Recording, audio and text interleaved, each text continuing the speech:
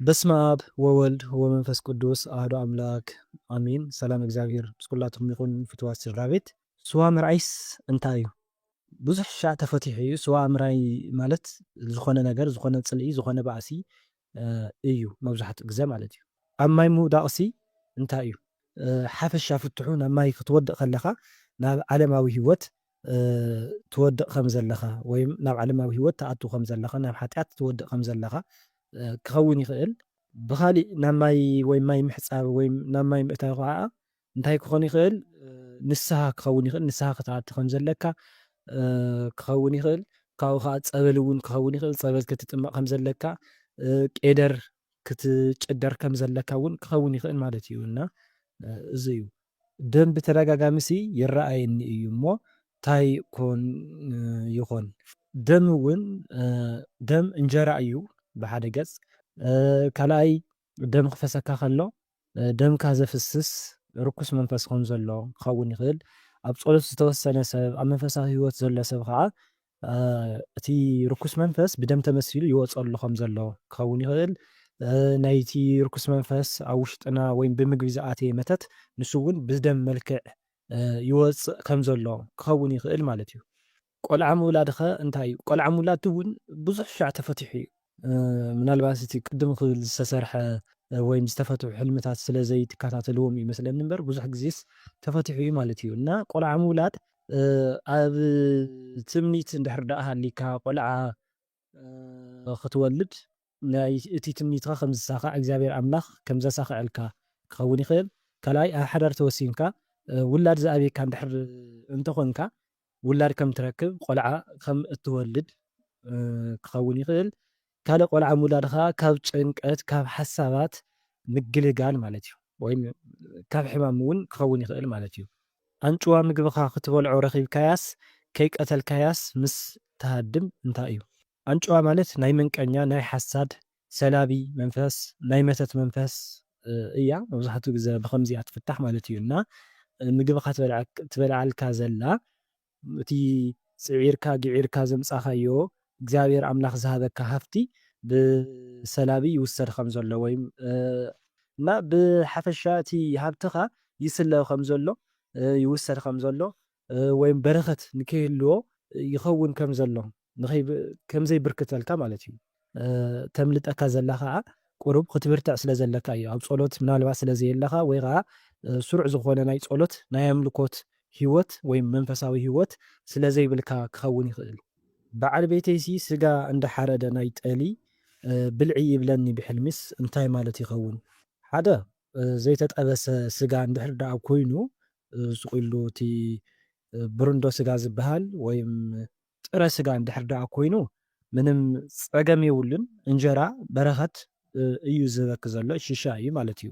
እና እዚ እዩ። ስለዚ እቲ በዓል ገዛኺ ምዃኑ ከዓ ብክልተ መንገዲ ይፍታሕ። ቀዳማይ ንበዓል ቤትኪ ተመሲሉ መድሃኒኣለም ድዩ ትዝክርዮ ትፈትውዮ መልኣክ ድዩ ናብ ቅዱስ ቁርባን የብቅዐኪ ከም ዘሎ ቅዱስ ቁርባን ተቐበሊ ይብለኪ ከም ዘሎ ንስሓ ኣቲኺ ማለት እዩ። እዚ ክኸውን ይኽእል። ካልኣይ ከዓ እቲ መልኣክ ኮይኑ በረከት ሽሻይ እንጀራ ይህበኪ ከም ዘሎ ክኸውን ይኽእል ማለት እዩ። ብካሊእ ገፅ እውን እቲ በዓል ገዛኺ ንፉዕ እንድሕር ዳኣ ኮይኑ ኣብ ሃይማኖቱ ዝፀንዐ ሰብ ወይ መንፈሳዊ ሰብ እንድሕር ዳኣ ኮይኑ ናብ ንስሓ ናብ ቅዱስ ቁርባን የብቅዐኪ ከም ዘሎ ወይም ክትወቅዑ ከም ዘለኩም ክትቆርቡ ቅዱስ ቁርባን ክትቅበሉ ከም ዘለኩም እዩ። ብካሊእ እውን እቲ በዓል ገዛኺ በቃ እንጀራ በረከት ሽሻይ ይህበኪ ከም ዘሎ ኣነ ኣብ ስደት ኣለኹ ግን ይሓልም እሞ ሸዊት ዕልቦስ ትህበኒ ሰበይቲ። ምናልባት እታ ሰበይቲ ወላዲተ ኣምላክ ቅድስተ ቅዱሳን ድንግል ማርያም ክትኸውን ትኽእል። እቲ ዕልቦ ወይም እቲ ሸዊት ትበኪ ዘላ ከዓ ፅቡቅ እዩ። በረከት እያ ትበኪ ዘላ፣ ሽሻ እያ ትበኪ ዘላ፣ እንጀራ እያ ትበኪ ዘላ። ምናልባት ከዓ ውላድ እውን ክኸውን ይኽእል ማለት እዩ። ሞይተሲ ብልዕለይ ከዓስ ሰማይ እኒኦ ኣምላኽ ከዓስ ንምንታይ ሕማቅ ትገብሪ ኣብ ታሕቲ ይብለኒ እሞ ጭንቕ ይብለኒ። ካብኡ ንማማ ደው ኢለሲ ተነስሂ ኢኺ ይብላ እሞ ከይሰማዓትንስ ተዓፅያ ብጃኻ ፈሪሐ ኣለኹ ከይንስሓ ከዓሲ ኣብ ስደት ኮይነ። እዚ ከዓ ግልፂ ሕልሚ እዩ። ስለዚ ራእዩ እዩ ዘርእየኪ ዘሎ ማለት እዩ። እና ክትንስሂ ከም ዘለኪ ዋላ እውን ኣብ ስደት እንተኾንኪ ስልኪ ብቴሌፎን ጌርካ ምንሳህ ይከኣል እዩ። ስለዚ ብስልኪ ጌርኪ ክትንስህ ከም ዘለኪ ቁነና ክትወስድ ከም ዘለኪ እግዚኣብሔር ኣምላኽ ይሕብረካ ኣሎ ማለት እዩ። መዓዝ ከም እንመውት ኣይንፈልጦን ኢና መዓልትና ስለዘይንፈልጥ ማለት እዩ ከም ጋሻ ስለ ዝመፀና። ስለዚ ንስሓ ክትኣቲ ከም ዘለኪ ዋላ እውን ናብ ስደት ኮንኪ ብቴሌፎን ክትንስሂ ከም ዘለኪ እዩ። እቲ ነዲኽ ደው ኢልክለን ተነሲልክየን ዝኣበያኺ ዘለዋ ወይም ዘየዳመፀትኒ ትብልዮ ዘለኺ ዘይሰምዓትኒ ትብልዮ ዘለኺ ማለት እዩ። ቀዳማይ ተነሲልክየን ነዴኺ ደው ኢልኪ ክተዘራርብየን ክትብሊ ከለኺ ወይም ተነስሓ ኢልኪ ክትመኽርየን ክትግስፅየን ናብ ንስሓ ናብ ኣምላኽ ምስ ኣምላኽ ክትተዓርቕየን ክትፍትን ከለኺ ዘየዳምፃኺ ከም ዝኾና ዘይሰምዓኺ ከም ዝኾና ክኸውን ይኽእል በቲ ናይ ጋህዲ ሂወትኪ ማለት እዩ። እና ነዚ ከምዚ ዝበለ ሰብ ከዓ ጸሎት ኢኺ ትገብርሉ ዘለኪ ንኣምላኽ ክትሓትለን ናይ ንስሓ ዕድመ ክህበን ልቦነአን ንክኽፈት ጸሎት ክትገብርለን ከም ዘለኪ እዩ። ብኻሊእ ክትምልሶ ኣይትኽእልን ኢኻ ከምዚ ዓይነት ሰብ ማለት እዩ ልቡ ዘደንደነ እና እዚ እዩ። ካሊእ እውን እንታይ ክኸውን ይኽእል እንድሕር ዳ ኣብዚ ምድሪ ኮንካ ኣብ ታሕቲ ምድሪ ኮንካ እንድሕር ዳ ዘይተነሳኻ ኣብ ላዕሊ ንስሓ ከምዘየለ ከምኡ ኸ ኣብ ላዕሊ ዘለዉ ሰባት ኣሕዋትና ስድራ ቤትና ብሞት ዝተፈለዩ ማለት እዩ ኣብኡ ኮይኖም ንስሓ ንኽንኣቲ ይጽልዩና። ምናልባት ከዓ ኣብ ገሃንም ዘለዉ እንተኮይኖም እውን እቲ መከራ ስለ ዝፈልጥዎ ስለ ዝርእይዎ ዘለዉ ስለ ዝቃጸሉ ዘለዉ ንዓና ከመይ ኢለ ክምህሮም ከመይ ኢለ ክገልጸሎም እናበሉ ስለ ዝጭነቑ ወይም ጭንቀ ስለ ዝኸውን ዋላ እውን እግዚኣብሔር ኣምላኽ ብዝተፈላለየ መልክዕ ናብ ሂወትና ክንንስሓ ዝተፈላለዩ ዕድላት እንተፈጠረልና ከም ዘየዳምፃ ተነዲኽ ማለት እዩ ከም ዘይሰምዓ ከም ዘይርድአን ከም ዘይስተውዕላ ልቢ ከም ዘይብላሉ እዩ እና ጸሎት ግበርለን ናይ ንስሓ ዕድመ ኣምላኽ መታን ክህበን ከምኡ እውን ተነሲህን ቅዱስ ቁርባን ተቐቢለን በቲ መንፈሳዊ መስመር ተጓዒዘን ወይም መንገደን ኣስተኻኺለን ናብታ ተስፋ ንገብራ ገነት መንግስተ ሰማያት ንኽወርሳ ጸሎት ግበርለን ናይ ንስሓ ዕድመ ንኽህበን ንኣምላኽ ለምንለን። ኣነስ ሓደ ዝፈልጦ ጸሊም ነዊሕ ጨጓር መንእሰይሲ ንዒ ክዳን ድዩ ክገዝኣልኪ ኢሉሲ ናብቲ እንዳ ክዳንሲ ወሲድንሲ በዓሉ ብሜትሮ ዓቂኑስ ተዓቐነይ ኣብ ወረቐት ጽሒፉስ ነቲ በዓል ክዳን ይህቦ እንታይ ይኾን? ምናልባት እቲ ጨጓር መንእሰይ ትብልዮ ዘለኺ ከም በዓል ባሕታውያን ኣቦታትና ከም በዓል ዮሃንስ መጥምቀ መለኮት ከምዚኦም ዝበሉ ባሕታውያን ምናልባት እትዝክርዎ ብገዛኹም ክኸውን ይኽእል በዓልኪ ትምሕፀንዮ ወይም ዝዓበኽሉ ታቦት ክኸውን ይኽእል ንሱ እዩ ዝረኣየኪ ዘሎ ዝግለጸልኪ ዘሎ። ስለዚ ምናልባት ናይ ሓዳር ሕቶ ይህልወክሞ ንዕይ ናባይ ቅረቢ ኣነ ሓዳር ከምፃልኪ እዩ ዝብለኪ ዘሎ እቲ ክዳን ዝልክዐኪ ዘሎ ሓዳር እዩ ዘብለልኪ ዘሎ ማለት እዩ። እቲ ሰብኣይ መን እዩ? መድሃኒ ዓለም እዩ። ንመድሃኒ ዓለም የማልደልኪ ከም ዘሎ ቅዱሳን መማልድቲ ስለ ዝኾነ ማለት እዩ። እግዚኣብሔር ኣምላኽ መድሃኒ ዓለም ሓዳር መታን ክበኪ በቲ ሜትሮኺ ወይም በቲ ዕቅንኺ ንዓኺ ልክዕ ዝኾነ ምሳኺ ዝኸይድ ሓዳር ንክህበኪ ይማልደልኪ ይጽልየልኪ ወይም ንክጽልየልክስ ናባይ ቅረቢ እዩ ዝብለኪ ዘሎ ማለት እዩ። እሞ እዚ እዩ ሓዳር እዩ ማለት እዩ። ሓዘንተኛ እየ ግን ብሕልመይሲ ሙሉእ ንሙሉእስ ጻዕዳ ተኸዲነ ሰባት ሓዘና ረሲዓ ከይብሉንሲ ይስከፍ። እዚ ከዓ እቲ ምናልባት ጸሊም ስለ ትገብሪ ኣብ ሓዘን ስለ ሓደ ጸሊም ክዳን እንድሕር ዳ ትገብሪ እንተኾንኪ ነቲ ጸሊም ክዳውንትኺ ክትድርዮ ከም ዝግባእ ዝሞተ ሰብ ከዓ ጸሎት ክትገብርሉ ዝኽሪ ክትዝክርሉ ፍትሓት ክግበረሉ ተስካር ክወፀሉ ወይም ክግበረሉ ቁርባን ክግበረሉ ከም ዘለዎ እዩ እምበር ክትሓዝኒ ከም ዘይብልኪ በቃ ሓንሳብ ክመውት ከሎ ግድን እዩ ክንሓዝን ኢና እንኳን ሰብ ኣብ ጎንና ዝነበረ ንፈልጦ ሰብ ምሳና ዝዓበየ እንስሳ እውን ክመውት ከሎ ክንሓዝን ኢና ክንነብዕ ንኽእል ኢና ማለት እዩ። ግን ተሓዘና ልክዕ ክህልዎ ከም ዘለዎ ስለ ናይ ነፍሲ ኢና ክነሓዝን እንተኮይንና እውን ናይ ስጋ ካባና ምፍላይ ዘይኮነሲ ስለ ነፍሱ ስለ እታ ነፍሲ ኢና ክንበኪ ክንሓዝን ዝግባአና ማለት እዩ።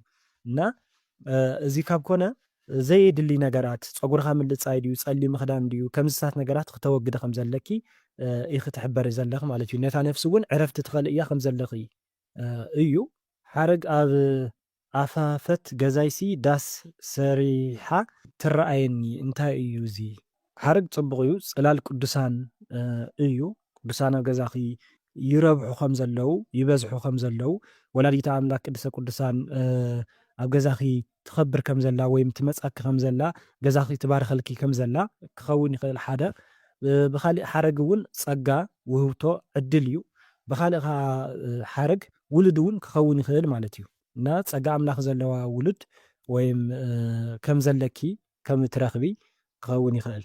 ናብ ማይ ፁሩይ ኣቲኻ ምውፃእ ከኣብየካ ከሎኸስ እንታይ ማለት እዩ? እዚ እውን ረሳሕ ይኹን ፅሩይ ይኹን ኣብ ማይ እንድሕር ዳ ኣቲኻ ጭንቀት እዩ፣ ህውከት እዩ ዘሎ፣ ዓቕልኻ እዩ ዝፀበካ ማለት እዩ። ስለዚ ኣብ መንፈሳዊ ኣብ ዓለማዊ ሂወት ተኣቱ ከም ዘለኻ እና ኣብ ዓለማዊ ሂወት ከም እትርከብ ካብዚ ሂወት እዚ ከዓ ምውፃእ ይኣብየካ ከም ዘሎ እዩ። ስለዚ እግዚኣብሔር ኣምላኽ መታን ከተንስኣካ ጸሎት ክትገብር ንዝበርትዑ ኣሕዋትካ ከዓ ጸሎት ሓጉዝኒ እናበልካ ክትሕብሮም ከም ዘለካ መፅብዓ ክትገብር ከም ዘለካ ነዴናን ወላዲት ኣምላክ ርህርቲ እያ እሞ ብሓቂ ንቅድስት ድንግል ማርያም ካብቲ ወዲቕካዮ ዘለካ ወይም ካብቲ ዓለማዊ ኮንካ ምውፃእ ኣቢካ ዘሎ ንኽተውፃእካ ትልምን ከም ዘለካ እዩ። ብኻልእ እቲ ማይ ናብ ማይ ምጥላቕ እንታይ ክኸውን ይኽእል ከተማ እውን ዝብልዎ ኣለዉ ማለት እዩ እና ኣብ ከተማ ወይም ኣብ ስደት ክኸውን ይኽእል ከም ዘለኻ ናብ ዓድኻ ምእታይ ኣቢካ ከም ዘሎ እዩ። እዚ ከዓ ብዝተፈላለየ መልክዕ ክኸውን ይኽእል እና እቲ ኣሲርካ ዘሎ ናብ ዓድኻ ንምእታይ ኣቢካ ዘሎ ነገራት ወይም ናብ ዓድኻ መታን ምድሪ ዓድኻ መታን ክትረግፅ እዚ እውን ጸሎት ይመፍትሕኡ ንኹሉ ጸሎት ክትገብር ከም ዘለካ እዩ። ኣነ ኣብ ስደት እየ ዘለኹ ንዓደይ ይኸይድ ይመስለኒ እሞ ሓንቲ መሓዛያ ኣላ ኣብ እንዳ ጎረቤት ከይዳሲ ኣብኡ ኣብዚ መረባኣ ናይዛ ሰበይቲ ዝኾነ ነገር ትወቅጥ ይመስለኒ እሞ ነዛ ትወቅጥ ዘላ ኣዲኣ ድማ ምስ ካልኦት ሰባት ዝኾነ ሕርሻ ኣሎ ቦታ ይመፅእ ናባና ይመስለኒ እሞ እታ መሓዛይ ዝኾነ ነገር እናወቐጠት እዘን ኣብ ግራት ቦታ ዝመፃ ዝነበራ ሰበይቲ እነጓልእ እየን ዝኾነ ዘለዎ ምስታ ትወቅጥ ዝበልኩኻ ተን ሓንቲ ሰበይቲ ለ ጎረቤትና እየን ናደዋይ ሓትና ድዩ ሓተላ ኣብ ዝኾነ ኣቕሓ ጌረንሲ ክህብኣ ይኸዳ ይመስለኒ ናብ ገዛና እሞ ኣነ ኸዓስ ኣብ ስደት እየ ዘለኹ ኢለካ እየ ናጎይኹ ናኸድኩ ነደዋይ ከይትበልዕዮ እናበልኩስ የሕደጋ ይመስለኒ እሞ በይና ርስሕ ዝበለ ክዳን ተኸዲናስ ኣብ እንዳ በለስ ድሕር ገዛ ኮይናስ ንዓይስ ትቃሞተኒ ካብኡ ነቒሐ እዚ ከዓ ሕፅር ብዝበለ እቲ ሓተላ ዝህብኣ ዘለዋ ዝኾነ ነገር እዩ፣ ዝኾነ ህውከት፣ ዝኾነ ፅልኢ፣ ዝኾነ ባእሲ እዩ። ምናልባት ድግምቲ እውን ክኸውን ይኽእል ኮታስ ብፅቡቕ ኣይፍታሕን ማለት እዩ። ሕማቕ ነገር እየን ዝህብኣ ዘለዋ ዝኾነ ነገራት እውን ክኸውን ይኽእል ማለት እዩ እና ንስኻ ትሕድግ እየን ዘለኺ ብምንታይ እዩ ብጸሎት እዩ።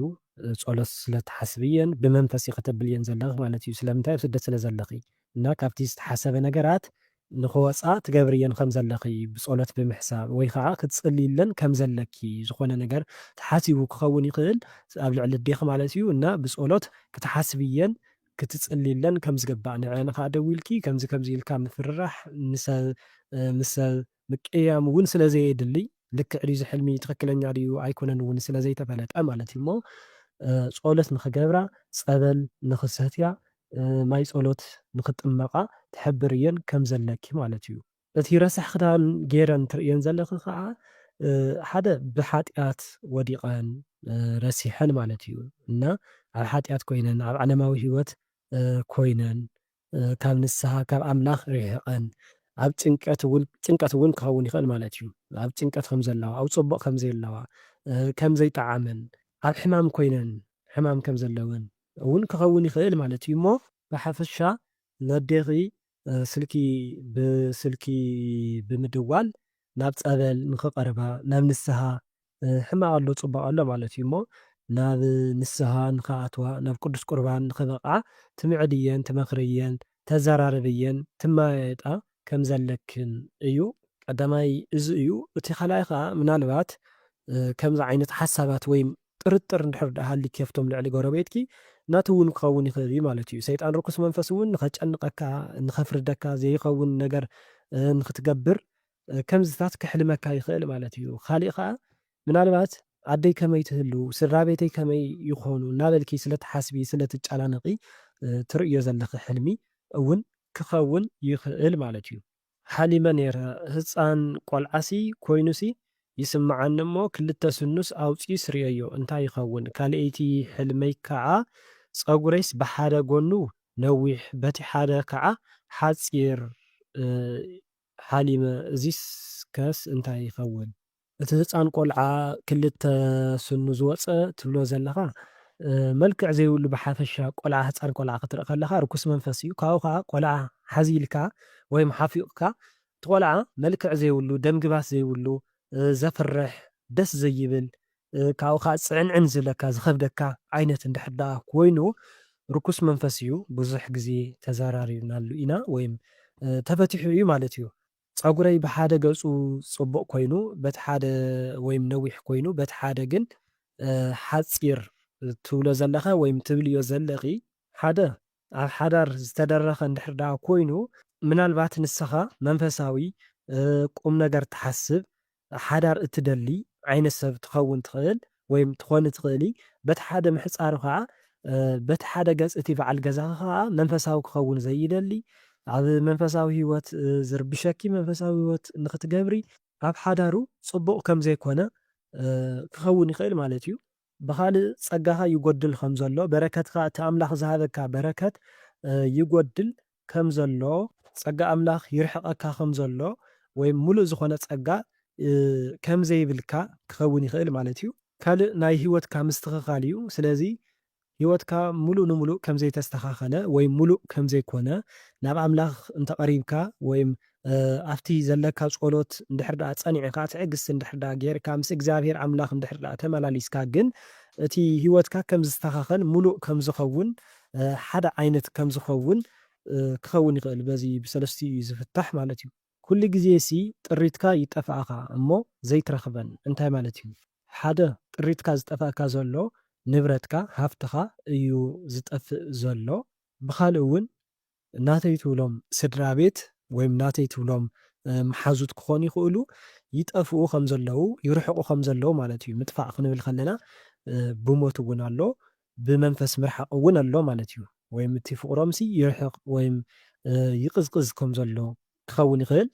ሳልሳይ ጥሪትካ ክጠፍኣካ ከሎ ተደጋጋሚ ብፍላይ እንድሕር ደኣ ኮይኑ ኣብ ዙርያኻ ዘለዉ ቅዱሳን ወይም መላእክቲ ይጠፍኡ ከም ዘለዉ ወይም ካባኻ ይርሕቑ ከም ዘለዉ ስለምንታይ? ኣብ ሓጢኣት ስለ ዘለኻ ክኸውን ይኽእል። ቅርሸይ ተሰሪቐ ሓሊመስ እንታይ እዩ? ቀዳማይ ጭንቀት ከይኸውን ምናልባት ዝወሃለልክዎ ሃፍትስ ሰብ ከይወስደለይ ቅርሸይ ከይጠፍኣኒ ናበልካ ትሓስብ ትጨናነቕ ወይም ዝሓሰብካዮ እንድሕር ደኣ ኮይኑ ናቱ ኢኻ ትሓልሞ ዘለኻ ዝበለፀ ከዓ ሰይጣን ምእታን ከጨንቐካ ዘርእካ ዘሎ ሕልሚ እውን ክኸውን ይኽእል ማለት እዩ። ቀዳማይ እዚ እዩ። ካልኣይ እግዚኣብሔር ኣምላኽ ዝሃበካ ስዒርካ ጌርካ ዘምፃእኻዮ ሃፍቲ ይጠፍእ ከም ዘሎ ምናልባት ብሰላቢ መንፈስ ድዩ ወይም በረከት ብምስኣን ድዩ ብዝተፈላለየ መልክዕ ይጠፍእ ወይም ካብ ኢድካ ይርሕቕ ከም ዘሎ ይጎድል ከም ዘሎ ክኸውን ይኽእል ማለት እዩ ብቀጥታ። ሳልሳይ ቅርሽኻ ዝጠፍአካ ዘሎ ውልድ እዩ። ውልድኻ ይጠፍእ ከም ዘሎ ማለት እዩ። ብምንታይ እዩ ዝጠፍእ ዘሎ? ብሞት ክኸውን ይኽእል ብመንፈስ ክኸውን ይኽእል ናብ ሓጢኣት ብምእታው ማለት እዩ።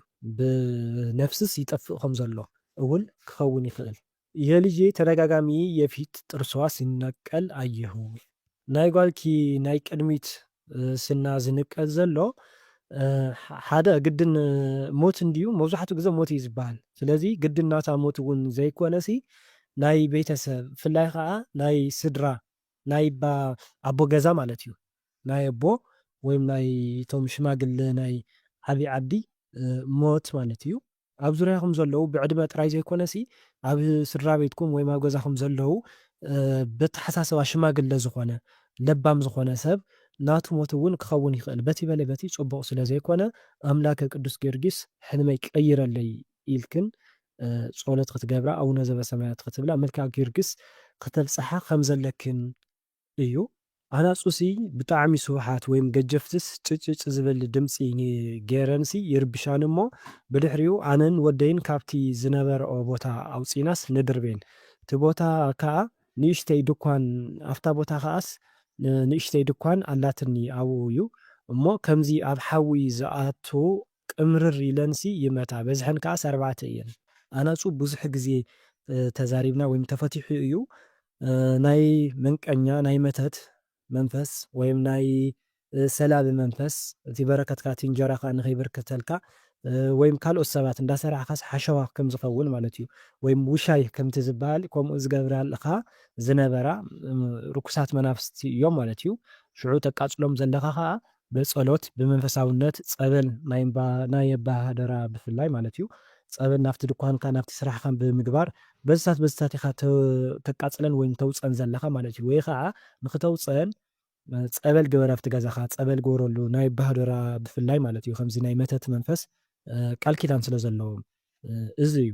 ሕጂ እውን ኣብታ ድኳን እዩ ሓደ ሰብሲ ብደገ ገለ ነገር ኣብ ኢዱ ሒዙስ ይመፅእ እሞ ኣነ ምስ ሓደ ሰብ ነይረሲ እቲ ሰብ ገለ ነገር ከይተዛረበስ ብድሕሪ ፍሪጅ ከቐምጦ ሓሲቡ እንታይ ኢኻ ሒዝካዮ ዘለካ እንተበልክዎሲ ክነግረኒስ ዘይደሊ ብዓይኑ ጥራይ ቆልሕሊሕ ይብል ሽዑ ደፊኤስ የውፅኦ እሞ ክምለስ ይደሊ ኣነ ነታ ማዕፆስ ሽግጥ ኣቢለ እያ እቲ ምሳይ ዝነበረ ሰብ በል ኣብ ላዕሊ ዘሎ ንብረትካሲ ከይወስዱልካ ንበይንኻ ከይትፈርሕ ንዓና ይምሳይ ይብለኒ ሕራይ ኢልናሲ ንወፅእ እሞ እቲ ንብረተይ ከምዚ ኣብ ናሕሲ ዝነበረ እዩ ዝመስለኒ ክወስድዎ ይፀንሑና እሞ ንዓና ምስ ረኣዩ ይሃድሞ ብጉያ ግን ኣርኪበዮም ምስኪንኪን እንዳበሉስ ይህውኒ ድሓር ከምዚ ሸዊት ዕፉን ኮይኑስ ቆሊናስ ምስኦም ኮይናስ በሊዕናዮ ሰብ ካብ ጎነይ ኣይተፈለየን ከም ሓላዊ ኮይኑ እቲ ዝኾነ ነገር ሒዙ መፂኡ ኣብቲ ገዛኻ ወይም ኣብቲ ድኳንካ ከቕምጥ ዝብል ዘሎ ዝኾነ ናይ ስርቂ ድዩ ወይም ብግቡእ ዘይመፀ ንብረት ብሕጋዊ መንገዲ ዘይመፀ ንብረት ወይም ዝኾነ ናብ ዘይኮነ ሰበባት ወይም ናብ ዝኾነ ከምዚ ወንጀል ነገር ማለት እዩ ወይም ገበን ናብኡ ዘብቅዕ ዝኾነ ፈተናታት እዮም ዘምፀልካ ዘሎ ምናልባት ርኩሳት መናፍስቲ እዮም ዘምፀልካ ዘለው ሰይጣን እዩ ዘምፀልካ ዘሎ ማለት እዩ። እና ንስኻ ከዓ እንኳ ኣውፃእካዮ ፅቡቕ ክትቕበል ከም ዘይብልካ ንድሕሪ ሕዚ እውን ክትፀንዕ ከም ዘለካ ናይ ማትካ ወይም ተሰሪቑ ዝመፀ ንብረት ክትቕበል ከም ዘይብልካ እዩ። ካብኡ ከዓ እቲ ፈተና እውን ተሰጉሮ ከም ዘለካ እዩ። ምክንያቱ ክትቕበሎ ኣይከኣልካን ወይም ክተውፅኦ ኢኻ ክኢልካ ካብቲ ገዛኻ ደፊእኻ ማለት እዩ እሞ ፅቡቕ እዩ እዚ እቲ ሰብ ንብረትካ ከይወስዱልካ ዝብለካ ዘሎ ከዓ ሓላዊ መልኣክካ እዩ። ምናልባት እትፈትዎ ቅዱስ ሚካኤል ክኸውን ይኽእል ተኽብሮ ትዝክሮ ታቦት ወይም ብቤተሰብካ ዝዝከር ዝነበረ ታቦት ማለት እዩ እና ቅዱሳን መላእክቲ እዮም ወይም ሓላዊ መልኣክካ እዩ ምሳኻ ጎጎንካ ኮይኑ ዝኾነ ነገር ዝኾነ ዕንቅፋት ንከይበፅሐካ ዝከላኸለልካ ዘሎ ንሱ እዩ ማለት እዩ። እቶም ሰባት ዝወስድልካ ዘለዉ ከዓ ናይ ሌባ መንፈስ ወይም ናይ ሰላም መንፈስ እዮም ዝወስድልካ ዘለዉ። ስለዚ እቲ መልኣክ ግን የምልሰልካ ከም ዘሎ ኣብ ጎንካ ከም ዘሎ ይራድአካ ከም ዘሎ እዩ። ስለ ዝነበረና ሰዓት ናይ እግዚኣብሔር ኣምላኽና ሽሙ ይኽበር ይመስገን። ወስብሐት ለእግዚአብሔር።